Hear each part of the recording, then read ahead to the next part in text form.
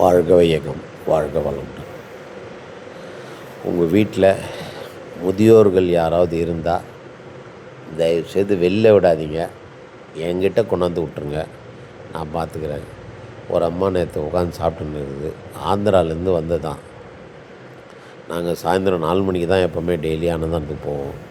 அந்தம்மா கேட்குது, இரவு சாப்பாடும் சேர்த்து கொடுப்பீங்களான்னு. வாங்கி வச்சுக்கம்மா அப்படின்போம். ஆனால் பாவங்க, நம்மளை பெற்றவங்கள நம்ம நடுத்தரில் விடுறத பாவம் மாதிரி வேறு எந்த பாவமும் இல்லை. தயவுசெய்து உங்கள் பெற்றோர்கள் யாராவது இருந்தால் கொடுமை பண்ணாமல், வெளியில் விடாமல் என்கிட்ட கொண்டாந்து விடுங்க, நான் பார்த்துக்கிறேன். 67 வயசு பெரியவங்க 3 பேர் இருக்காங்க இங்கே. 3 பேரையும் சாப்பாடு போட்டு, மருத்துவ வசதி கொடுத்து, தங்கறதுக்கு இடம் கொடுத்து, துணிமணிலாம் எடுத்து கொடுத்து பார்த்துக்கிறேன். உங்களில் யாருக்காவது அந்த மாதிரி வெளியில் கொண்டு போய் விட்டுட்டு வரணும் அப்படின்னு நினைப்பு இருந்தால் என்கிட்ட கொடுங்க, நான் பார்த்துக்கிறேன். நன்றி.